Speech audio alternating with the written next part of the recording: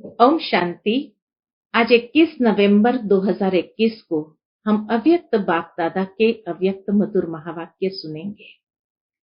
ये अव्यक्त मधुर महावाक्य अव्यक्त बाप दादा ने 27 नवंबर 1989 को सुनाए थे, जिसमें विश्व कल्याणकारी बाप अपने विश्व कल्याणकारी साथियों को देख रहे हैं, जिनके मन के अंदर सदा चलते फिरते यही शुभ भावना सर्व आत्माओं के प्रति प्रवाहित रहती है कि सर्व आत्माओं का कल्याण हो जाए। बाबा कहे, आप बच्चों के मन के अंदर सदा विश्व कल्याण की कामना समाई हुई है। ये विश्व कल्याण की शुभ भावना सिर्फ आत्माओं को परिवर्तन करती है, इतना ही नहीं, लेकिन साथ ही साथ प्रकृति को भी परिवर्तन करने वाली है। बाबा कहे, क्योंकि ये शुभ भावना के अंदर खाली शुभ नहीं लेकिन शक्तिशाली संकल्प समाये हुए हैं।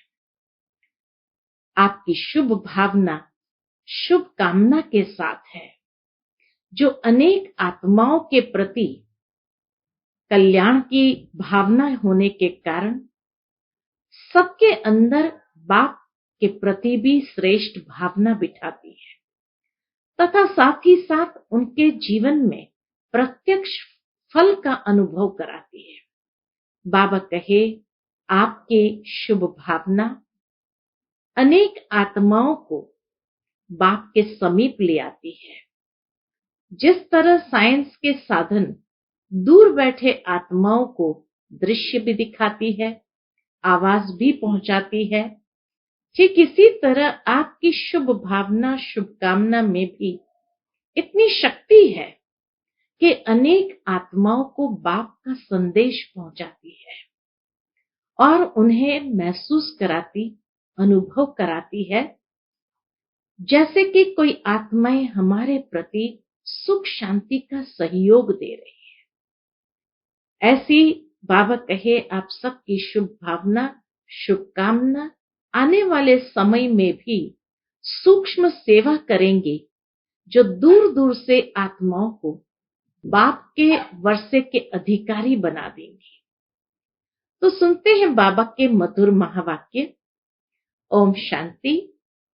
आज के मुरली का शीर्षक है शुभ भावना और शुभ कामना की सूक्ष्म सेवा।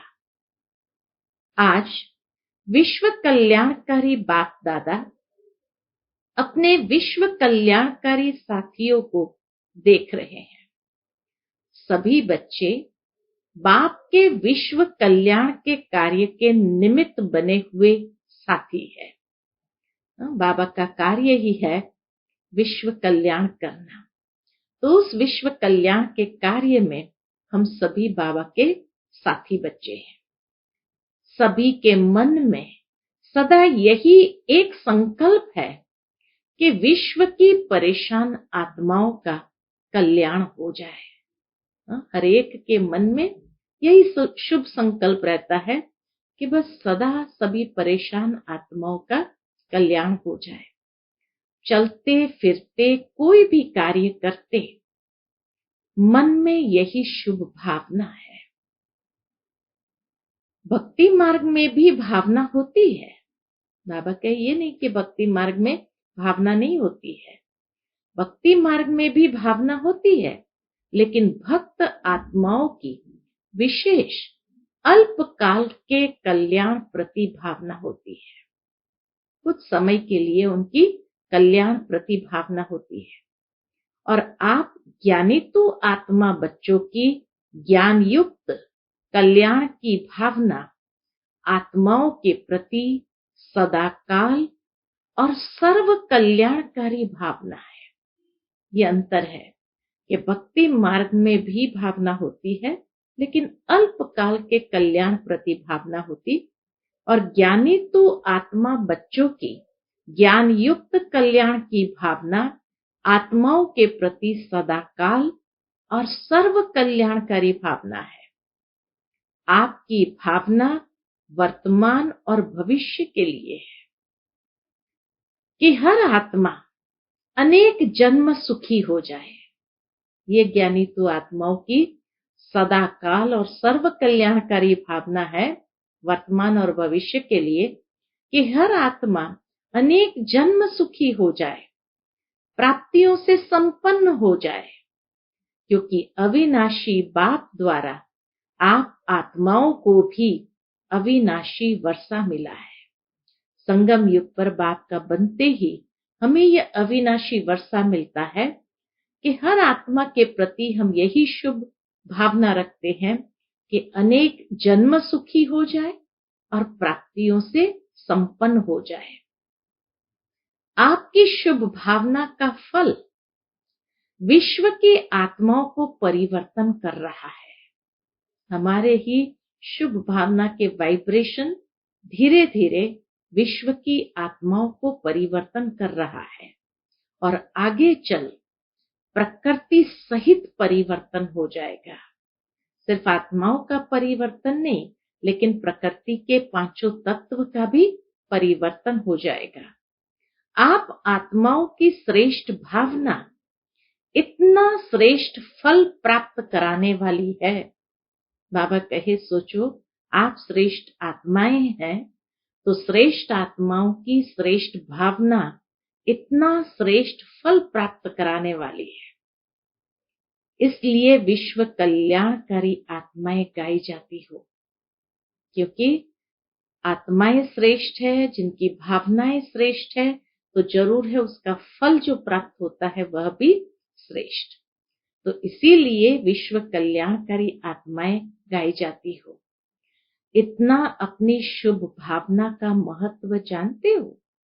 पूछते बाबा, कि आपकी शुभ भावना का महत्व कितना श्रेष्ठ है। अपनी शुभ भावना को साधारण रीति से कार्य में लगाते चल रहे हो, वह महत्व जानकर चलते हो।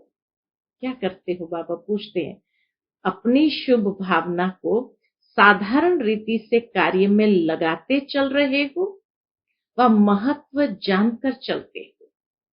दुनिया वाले भी शुभ भावना शब्द कहते हैं, लेकिन आपकी शुभ भावना सिर्फ शुभ नहीं, शक्तिशाली भी है। इतना जरूर समझ लेना। बाबा कहे, आपकी शुभ भावना सिर्फ शुभ नहीं है, लेकिन शक्तिशाली भी है। दुनिया वाले भी शुभ भावना शब्द कहते हैं, लेकिन उनकी शुभ भावना में शक्ति नहीं होती है। लेकिन हमारी शुभ भावना सिर्फ शुभ नहीं, शक्तिशाली भी है। क्योंकि बहुत सुंदर बाबा ने कारण बताया, क्योंकि आप संगम युगी श्रेष्ठ आत्माएं। संगम युग को ड्रामा अनुसार प्रत्यक्ष फल प्राप्त होने का वरदान है। ये समय को ही वरदान है। तो संगम युग को ड्रामा अनुसार प्रत्यक्ष फल प्राप्त होने का वरदान है। इसलिए आपकी भावना का प्रत्यक्ष फल आत्माओं को प्राप्त होता है। जो भी आत्माएं आपके संबंध संपर्क में आती है, वह उसी समय ही शांति व स्नेह के फल की अनुभूति करती है। कोई भी आत्मा हमारे संबंध संपर्क में आती है, तो बाबा कहे उसी समय वो महसूस करती है जैसे कितनी शांति है आप लोगों के जीवन में और कितना स्नेह। तो ये दोनों ही वाइब्रेशन, शांति और स्नेह के वाइब्रेशन महसूस करती है। तो बाबा कहे, जो भी आत्माएं आपके संबंध संपर्क में आती है, वह उसी समय शांति व स्नेह के फल की अनुभूति करती है। ये प्रत्यक्ष फल आत्माओं को प्राप्त होता है। शुभ भावना शुभ कामना के बिना हो नहीं सकती। दोनों साथ साथ होते हैं, शुभ भावना और शुभ कामना। तो बाबा कहे, शुभ भावना शुभ कामना के बिना हो नहीं सकती। हर आत्मा के प्रति सदैव रहम की कामना रहती है। शुभ कामना माना सर्व के प्रति रहम की कामना रहती, कि यह आत्मा भी वर्षे के अधिकारी बन जाए। हर आत्मा के प्रति तरस पड़ता है कि यह हमारे ही ईश्वरीय परिवार के हैं, तो इससे वंचित क्यों रहे। ये शुभ भावना के साथ साथ शुभ कामना होती है, रहम की कामना, जिससे कि वो वर्षे के अधिकारी बन जाए, और तरस पड़ता है कि यह भी ईश्वरीय परिवार के है और ये इससे वंचित क्यों रहे। शुभ कामना रहती है ना, पूछते बाबा, शुभ कामना रहती है ना। शुभ कामना और शुभ भावना, यह सेवा का फाउंडेशन है। आने वाले समय में भी और सूक्ष्म तरीके से यह सेवा का फाउंडेशन बनती जाएगी। तो बाबा कहे, शुभ कामना और शुभ भावना यह सेवा का फाउंडेशन है। कोई भी आत्माओं की सेवा करते हो, अगर आपके अंदर शुभ भावना, शुभ कामना नहीं, तो आत्माओं को प्रत्यक्ष फल की प्राप्ति नहीं हो सकती। कोई भी सेवा करे, लेकिन अगर शुभ भावना, शुभ कामना के वाइब्रेशन नहीं है, तो वो प्रत्यक्ष फल का अनुभव नहीं करा सकती है। तो आत्माओं को प्रत्यक्ष फल की प्राप्ति नहीं हो सकती। एक सेवा होती है नीति प्रमाण, नियम प्रमाण, रीति प्रमाण। जो सुना है वह सुनाना, ये एक प्रकार की सेवा है। दूसरी सेवा है अपनी शुभ भावना, शुभ कामना के द्वारा। ये दो प्रकार की सेवा। एक सेवा होती है नीति प्रमाण, रीति प्रमाण। जो ज्ञान हमने सुना वो दूसरों को सुना देना। और दूसरी सेवा है अपनी शुभ भावना, शुभ कामना द्वारा। आपकी शुभ भावना बाप में भी भावना बिठाती है, अनेक आत्माओं को भी बाप के समीप ले आती है, भगवान के प्रति उनकी आस्था बढ़ा देती है, उनका विश्वास बढ़ा देती है। तो इसीलिए बाबा कहे, आपकी शुभ भावना बाप में भी भावना बिठाती है। उनका विश्वास, उनकी श्रद्धा, उनके जैसे परमात्मा के प्रति बहुत बड़ी आस्था उनके अंदर जागृत कर देती है, और बाप द्वारा फल की प्राप्ति कराने के निमित्त बन जाते हैं। शुभ भावना कहाँ दूर बैठी हुई किसी आत्मा को भी फल की प्राप्ति कराने के निमित्त बन सकती है। सिर्फ बाप में शुभ भावना नहीं बिठाती है, श्रेष्ठ भावना नहीं बिठाती है और उसका फल का अनुभव नहीं कराती, लेकिन कहाँ दूर बैठी है, तो ये संकल्पों के वाइब्रेशन, भावनाओं के वाइब्रेशन उस दूर बैठी आत्मा को भी फल की प्राप्ति कराने के निमित्त बन सकती है। जैसे बाबा मिसाल देते हैं, जैसे साइंस के साधन दूर बैठे आत्माओं से समीप का संबंध कराने के निमित्त बन जाती है। आज फोन के द्वारा, मोबाइल के द्वारा कितनी भी दूर बैठी हुई आत्मा को समीप का संबंध कराने के निमित्त बन जाते हैं। आपकी आवाज पहुंच जाती है, आपका संदेश पहुंच जाता है, दृश्य पहुंच जाता है। वो मोबाइल में भी आजकल बातचीत करने में देख सकते हैं एक दूसरे को। तो जब साइंस की शक्ति अल्पकाल के लिए समीपता का फल दे सकती है, तो आपके साइलेंस की शक्तिशाली शुभ भावना दूर बैठे भी आत्माओं को फल नहीं दे सकेगी। अगर साइंस के साधन कर सकते हैं, तो बाबा कहे आपके पास तो साइलेंस की शक्तिशाली शुभ भावना वो कितना अनुभव करा सकती है, कितना फल की प्राप्ति का अनुभव करा सकती है। दूर बैठे भी आत्माओं को फल नहीं दे सकेगी, लेकिन इसका आधार है अपने अंदर इतनी शांति की शक्ति जमा हो। ये तब अनुभव करा सकते हैं दूर बैठी आत्माओं को भी, जब अपने अंदर इतना शांति की शक्ति जमा हो।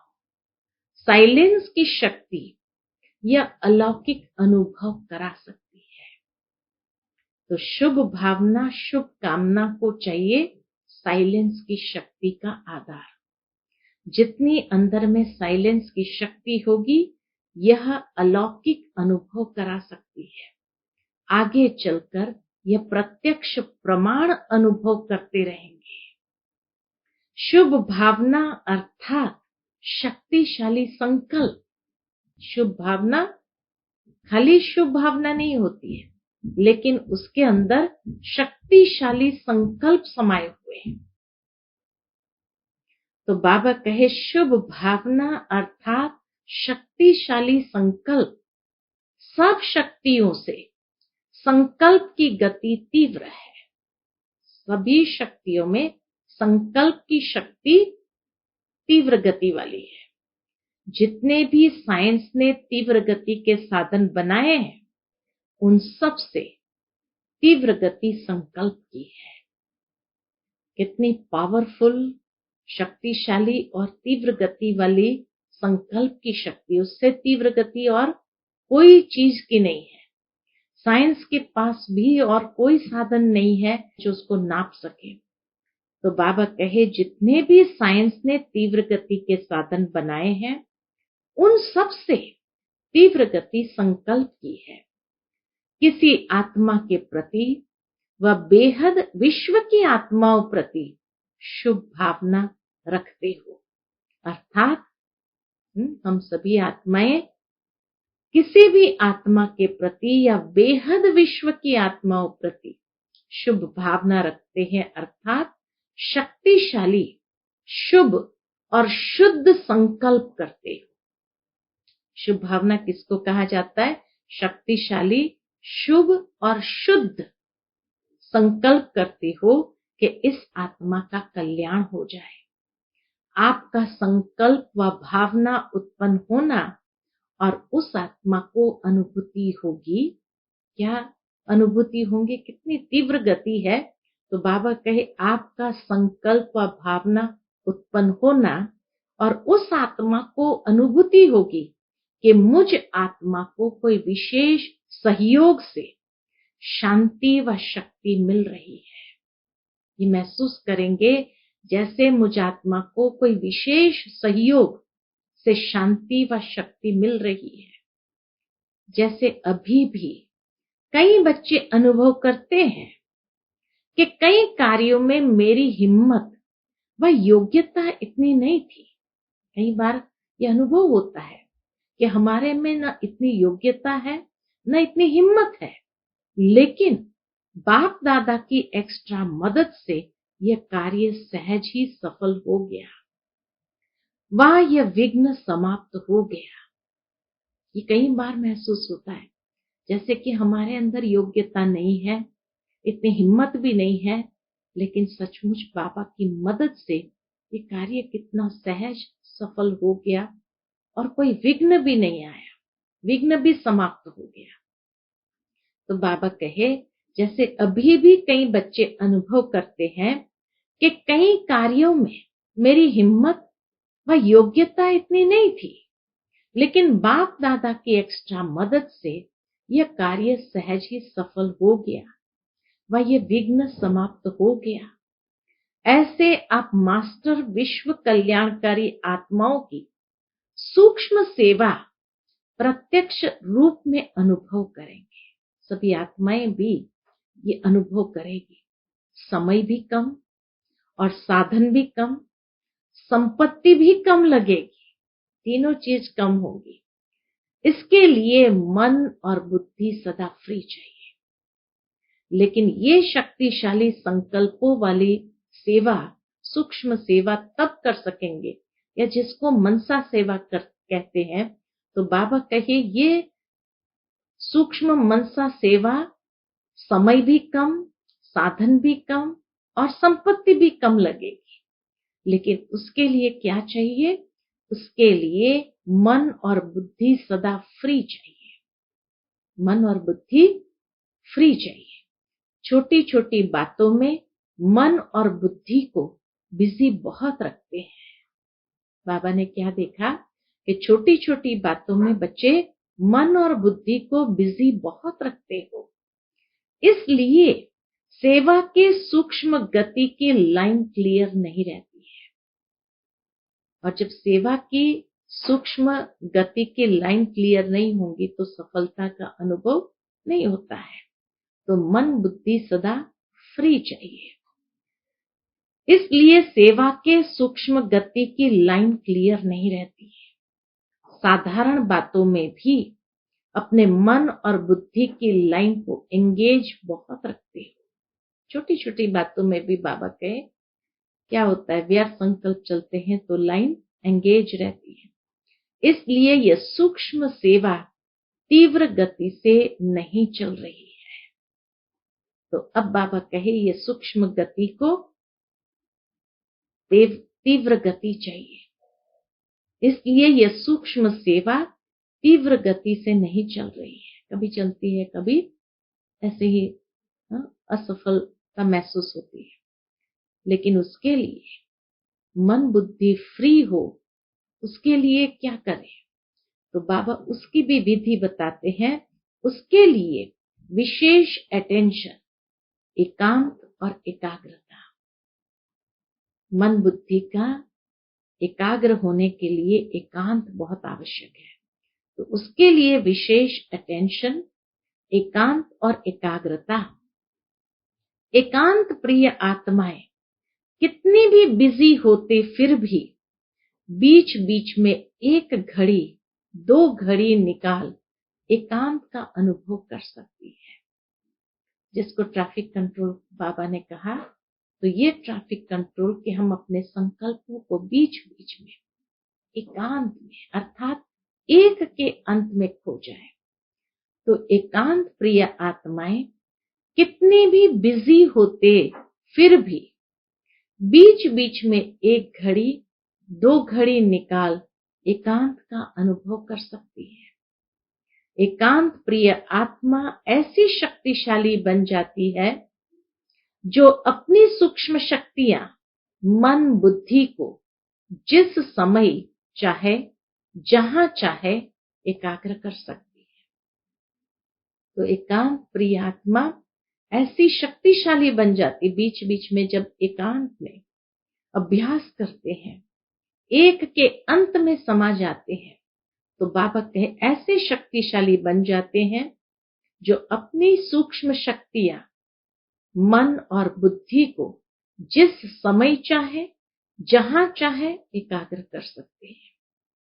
चाहे बाहर की परिस्थिति हलचल की हो, बहुत गहरी बात बाबा ने यहाँ कही है कि चाहे बाहर की परिस्थिति हलचल की हो, लेकिन एकांत प्रिय आत्मा एक के अंत में सेकंड में एकाग्र हो जाएगी। चाहे कितना भी हलचल वाला वातावरण क्यों न हो, परिस्थिति हलचल वाली क्यों न हो बाहर की, लेकिन एकांत प्रिय आत्मा एक के अंत में सेकंड में एकाग्र हो जाएगी।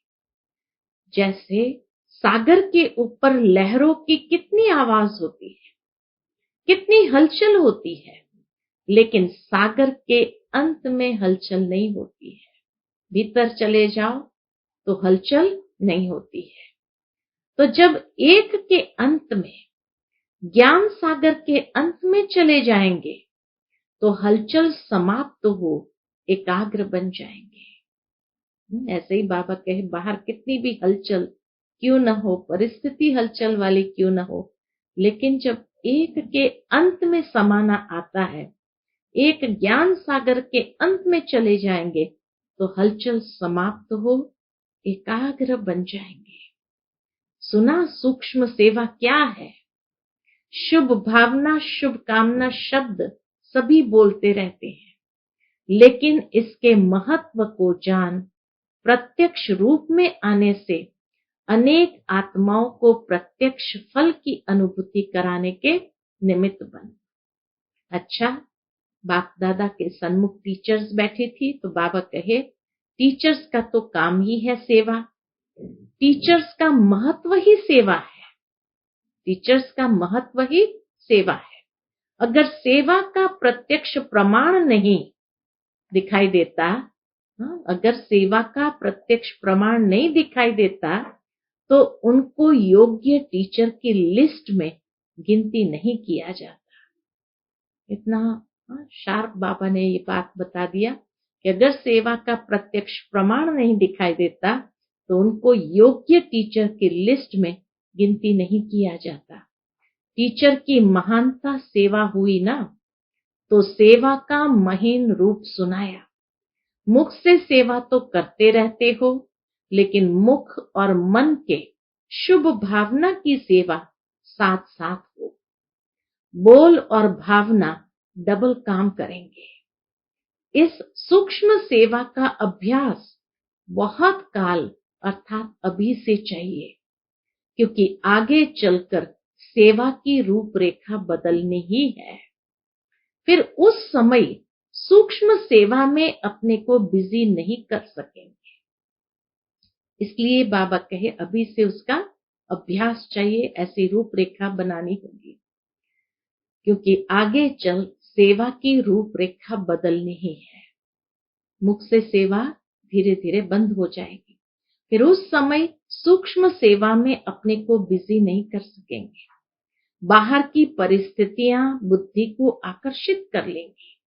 रिजल्ट क्या होगी? याद और सेवा का बैलेंस नहीं रख सकेंगे। इसलिए बाबा कहे ये सूक्ष्म सेवा भी साथ हो, उसकी प्रैक्टिस बढ़ाते जाओ तो दोनों साथ होंगे। एक तरफ याद भी होंगी तो सेवा दोनों का बैलेंस हो जाएगा। इसलिए अभी से अपने मन बुद्धि के सेवा की लाइन को चेक करो। बाबा कहे इसीलिए अभी से अपने मन बुद्धि के सेवा की लाइन को चेक करो। टीचर्स को चेक करना तो आता है ना। टीचर्स औरों को सिखाती है तो जरूर स्वयं जानती है, तब तो सिखाती है ना। सभी योग्य टीचर्स हो ना। योग्य टीचर की विशेषता यह है, क्या विशेषता है? तो बाबा बताते योग्य टीचर की विशेषता यह है जो निरंतर चाहे मनसा चाहे वाचा चाहे कर्मणा सेवा में सदा बिजी रहे, तो और बातों से स्वतः ही खाली हो जाएगी। अपने आप जितना बिजी रहेंगे उतनी व्यर्थ की बातों से खाली हो जाएंगे। अच्छा, फिर बाबा के सामने कुमारियां आई है, तो बाबा कहे कुमारियां भी आई है। कुमारियां अर्थात होवनहार टीचर्स। तब तो कहेंगे ब्रह्मा कुमारियां है। अगर होवनहार सेवाधारी नहीं तो पाई पैसे वाली कुमारी है। कुमारियां क्या करती है? नौकरी की टोकरी उठाती है ना पाई पैसे के पीछे। बाबा जानता है। तो बाबा कहे कुमारियां क्या करती है? नौकरी की टोकरी उठाती है ना पाई पैसे के पीछे। बाप दादा को हंसी आती है कुमारियों के ऊपर। टोकरी का बोझ उठाने के लिए तैयार हो जाती है, लेकिन भगवान के घर में अर्थात सेवा स्थानों में रहने की हिम्मत नहीं रखती है। ऐसी कमजोर कुमारियां तो नहीं होना। बाबा कहे कमजोर नहीं बनना है कि भगवान के घर में सेवा स्थानों पर रहने की हिम्मत नहीं रखती है। तो बाबा कहे ऐसी कमजोर कुमारियां तो नहीं होना। चाहे पढ़ भी रही है तो भी लक्ष्य तो पहले से रखा जाता है कि नौकरी करनी है या विश्व सेवा करनी है। नौकरी करना अर्थात अपने को पालना। बाल बच्चे तो है नहीं जिसको पालना पड़े, तो नौकरी करना माना अपने को पालना। नौकरी इसलिए करते हैं कि आराम से अपने को पालते रहे, चलते रहे। विश्व की आत्माओं को बाप की पालना दे, यह लक्ष्य रखो। अपने को पालने का संकल्प न हो, लेकिन विश्व की आत्माओं को बाप की पालना दे, यह लक्ष्य रखो। जब अनेक आत्माओं के निमित्त बन सकते हैं तो सिर्फ अपनी आत्मा को पालना, उसके आगे क्या हुआ? जब इतनी कैपेसिटी है, इतनी क्षमता है कि अनेक आत्माओं के निमित्त बन सकते हैं, विश्व की आत्माओं को बाप की पालना दे सकते हैं, तो बाबा के तो सिर्फ अपनी आत्मा को पालना, उसके आगे क्या हुआ? अनेकों की दुआएं लेना, यह कमाई कितनी बड़ी है। नौकरी की टोकरी से खुद को पालना करते हैं, लेकिन बाबा कहे जब अनेक आत्माओं की सेवा के निमित्त बन जाते हैं तो अनेकों की दुआएं लेना, और यह कमाई कितनी बड़ी है।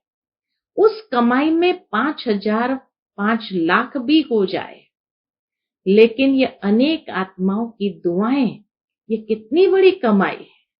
वो 5,00,000 यहीं रह जाएंगे, लेकिन ये जो दुआएं हैं वो अनेक जन्म साथ चलेगी, और यह साथ जाएगी अनेक जन्मों के लिए।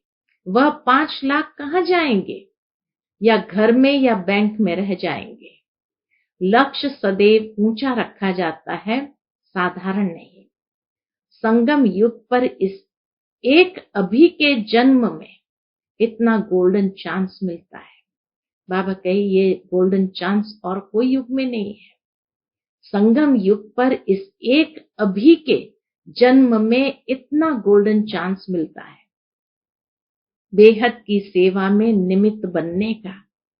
सतयुग में भी ऑफर नहीं मिलेगी, ये ऑफर भगवान की है, तो भगवान के दुआओं के भी पात्र बनते हैं।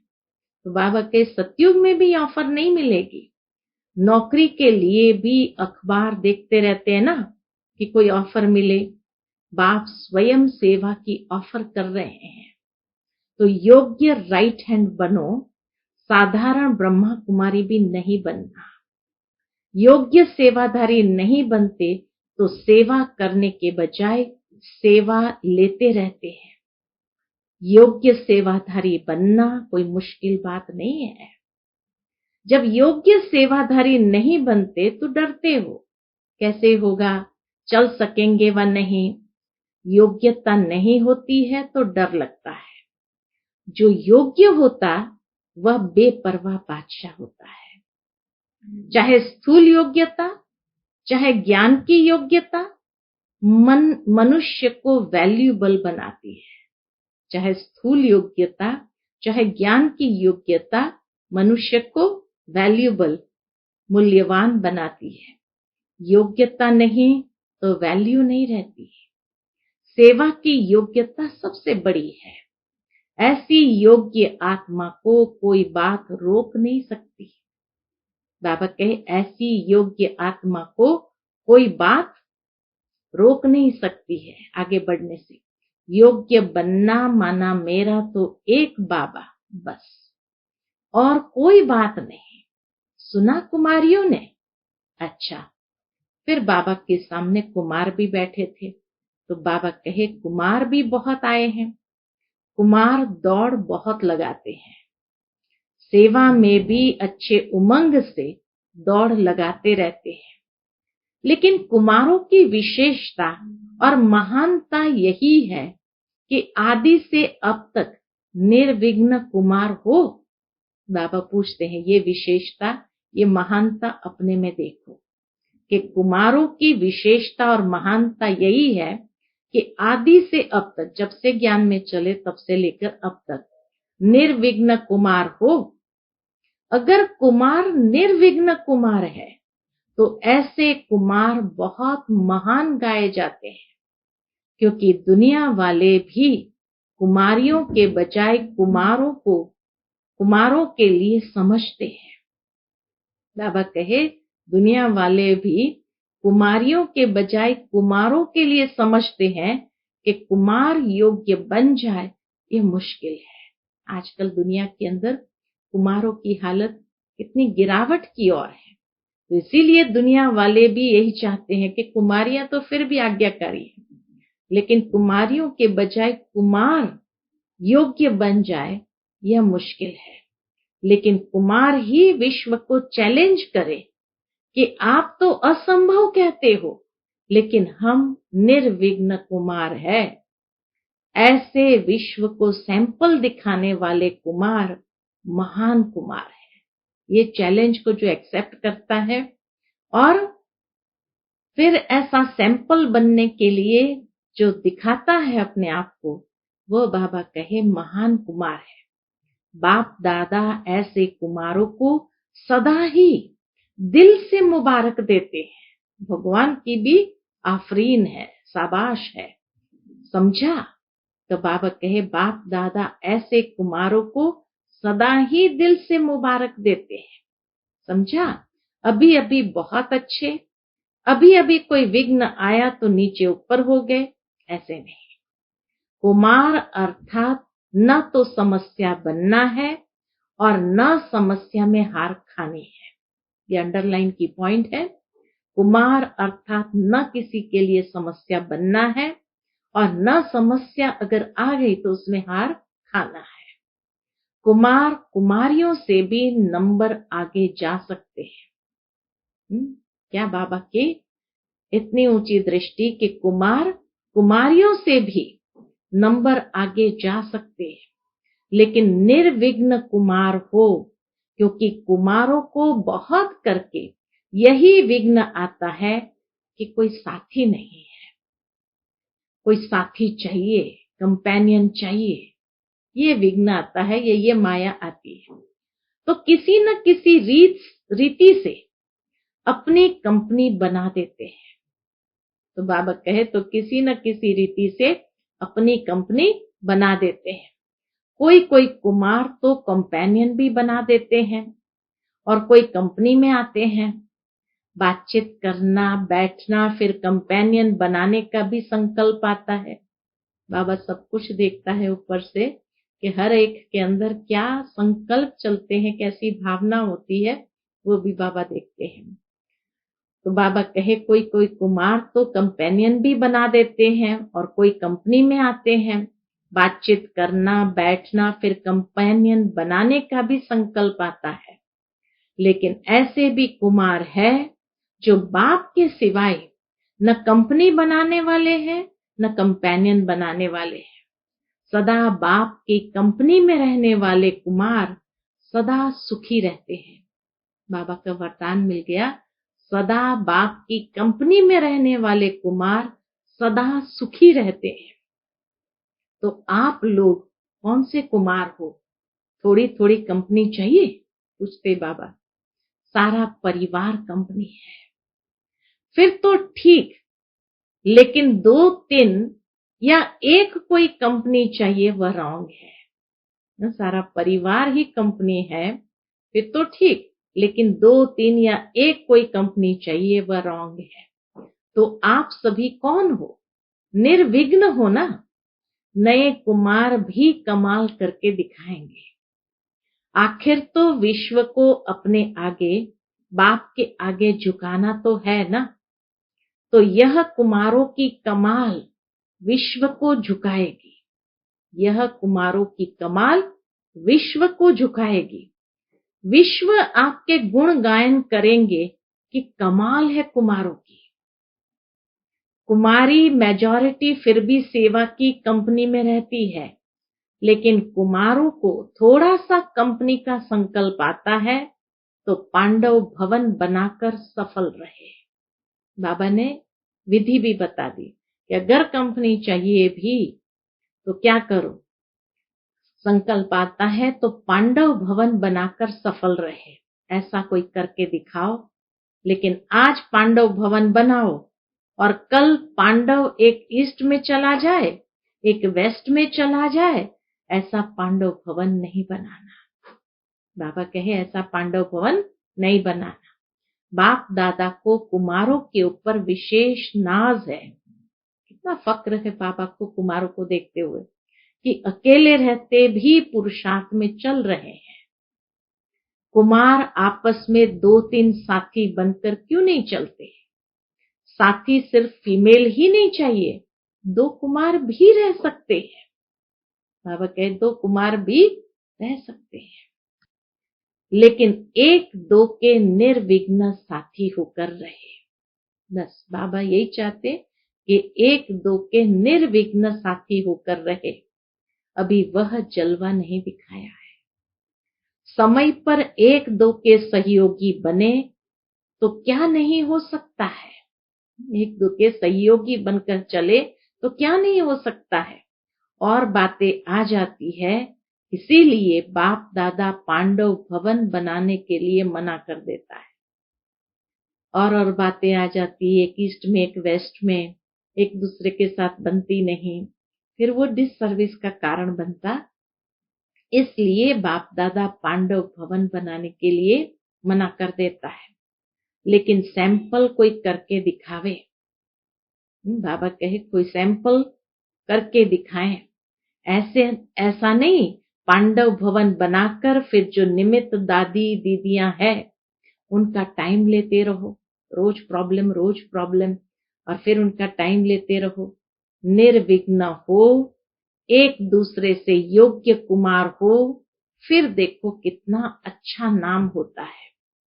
सुना कुमारों ने, योग्य कुमार बनो, निर्विघ्न कुमार बनो। सेवा के क्षेत्र पर बाबा कहे सेवा के क्षेत्र पर खुद समस्या नहीं बनो, लेकिन समस्या को मिटाने वाले बनो। फिर देखो कुमारों की बहुत वैल्यू होगी, क्योंकि कुमारों के बिना भी सेवा नहीं हो सकती है। तो कुमार क्या करेंगे? सब बोलो, पूछते बाबा। निर्विघ्न कुमार बनकर दिखाएंगे? तो किसी ने कहा कुमारों ने बाप दादा के सामने खड़े होकर वायदा किया। उस समय बाबा के सन्मुख खड़े होकर कुमारों ने वायदा किया। अभी सभी का फोटो निकल गया है। ऐसे नहीं समझना कि हम उठे तो किसी ने देखा नहीं, फोटो निकल गया। अच्छा है, हिम्मते बच्चे, मददे बाप और सारा परिवार आपके साथ है। बाबा ने भी आफरीन दी, शाबाशी दी। अच्छा, चारों ओर के सर्व बच्चों को सदा बाप दादा अपने स्नेह के सहयोग की छत्र छाया सहित दिल से सेवा की मुबारक दे रहे हैं। देश विदेश के सेवा के समाचार मिलते रहते हैं। हर एक बच्चा अपने दिल का सच्चा समाचार भी देते रहते हैं। खास विदेश के पत्र ज्यादा आते रहते हैं। तो सेवा के समाचार देने वाले बच्चों को मुबारक भी, और साथ में सदा स्व सेवा और विश्व सेवा में सफलता भव का वरदान दे रहे हैं। स्व पुरुषार्थ के समाचार देने वालों को बाप दादा यही वरदान दे रहे हैं कि जैसे सच्चे दिल से बाप को राजी करते रहते हैं, जैसे सच्चे दिल से बाप को राजी करते रहते हो, ऐसे सदा स्वयं को भी स्वयं के संस्कारों से, संगठन से राजयुक्त अर्थात राजी हो। बाबा कहे जैसे बच्चों का स्व पुरुषार्थ का समाचार आता रहता है, तो बाप दादा यही वरदान देते हैं कि जैसे सच्चे दिल से बाप को राजी करते रहते हो, ऐसे सदा स्वयं को भी स्वयं के संस्कारों से, संगठन से राजयुक्त अर्थात राजी रहो। एक दो के संस्कारों के राज को भी जानना, परिस्थितियों को जानना, यही राजयुक्त स्थिति है। बाकी सच्चे दिल से अपना पोता मिल देना। बाबा कहे बाकी सच्चे दिल से अपना पोता मिल देना और स्नेह की रूह रूहान के पत्र लिखना, अर्थात पिछला समाप्त करना और स्नेह की रूह रिहान सदा समीपता का अनुभव कराती रहेगी। यह है पत्रों का रिस्पॉन्ड। यह है बाबा का एक साथ में सभी पत्रों का रिस्पॉन्ड। पत्र लिखने में विदेशी बहुत होशियार है, जल्दी जल्दी लिखते हैं। भारतवासी भी लंबे लंबे पत्र भेजना नहीं शुरू करना। बाबा कहे भारतवासी भी लंबे लंबे पत्र भेजना नहीं शुरू करना। बाप दादा ने कह दिया है 2 शब्द का पत्र लिखो। ओके, बिल्कुल ठीक है। सर्विस समाचार तो है, बाबा कहे सर्विस समाचार है तो लिखो, बाकी ओके। इसमें सब कुछ आ जाता है। यह पत्र पढ़ना भी सहज है तो लिखना भी सहज है। ओके, यह पत्र में सब कुछ आ जाता है। यह पत्र पढ़ना भी सहज है तो लिखना भी सहज है। लेकिन अगर ओके नहीं हो तो फिर ओके नहीं लिखना। जब ओके हो जाओ तब लिखना। पोस्ट पढ़ने में भी तो टाइम लगता है ना। कोई भी कार्य करो सदा शॉर्ट भी हो और स्वीट भी हो। कोई भी पढ़े तो उसको खुशी तो हो। इसलिए राम कथाएं लिख कर नहीं भेजना, बड़ी बड़ी राम कथाएं लिख करके नहीं भेजना, समझा। समाचार देना भी है, लेकिन समाचार देना सीखना भी है। अच्छा, सर्व शुभ भावना और शुभ कामना की सूक्ष्म सेवा के महत्व को जानने वाले महान आत्माओं को बाप दादा का याद प्यार और नमस्ते। हम सब रूहानी बच्चों की रूहानी माता पिता बाप दादा को याद प्यार, गुड मॉर्निंग और नमस्ते। नमस्ते, शुक्रिया बाबा, शुक्रिया। आज का बाबा का मधुर वरदान हम बच्चों के प्रति है, अपने परिवर्तन द्वारा निरंतर विजय की अनुभूति करने वाले सच्चे सेवाधारी भव। अपने परिवर्तन द्वारा निरंतर विजय की अनुभूति करने वाले सच्चे सेवाधारी भव। जैसे निरंतर योगी बने हो, ऐसे निरंतर विजयी बनो तो सच्चे सेवाधारी बन जाएंगे। क्योंकि विजयी आत्मा जब हर संकल्प, हर कदम में विजय का अनुभव करती है तो उनका यह परिवर्तन देख अनेक आत्माओं की सेवा स्वतः होती है। उनके नैन रूहानियत का अनुभव कराते हैं। चलन बाप के चरित्रों का साक्षात्कार कराती है। मस्तक से मस्तक मणि का साक्षात्कार होता है। ऐसे अपने अव्यक्त सूरत से सेवा करने वाले विशेष आत्माओं को ही सच्चा सेवाधारी कहा जाता है। सच्चा सेवाधारी कौन? कि जैसे निरंतर योगी बने ऐसे निरंतर विजयी सच्चे सेवाधारी बनना है। तो विजयी आत्मा जब हर संकल्प, हर कदम में विजय का अनुभव करती, उनका परिवर्तन देख अनेक आत्माओं की सेवा स्वतः होती है। क्या क्या परिवर्तन? उनके नैन रूहानियत का अनुभव कराता, चलन बाप के चरित्र का साक्षात्कार कराता, मस्तक से मस्तक मणि का साक्षात्कार होता। ऐसे अपनी अव्यक्त सूरत से सेवा करने वाले विशेष आत्मा को ही सच्चा सेवाधारी कहा जाता है। आज का स्लोगन है, विशेषताएं व गुण दाता की देन है, दाता को देखो व्यक्ति को नहीं। कितनी सुंदर बात कही बाबा ने। किसी भी आत्मा में विशेषता व गुण ये दाता की देन है, तो दाता को देखो, उस व्यक्ति को नहीं। अच्छा, ओम शांति।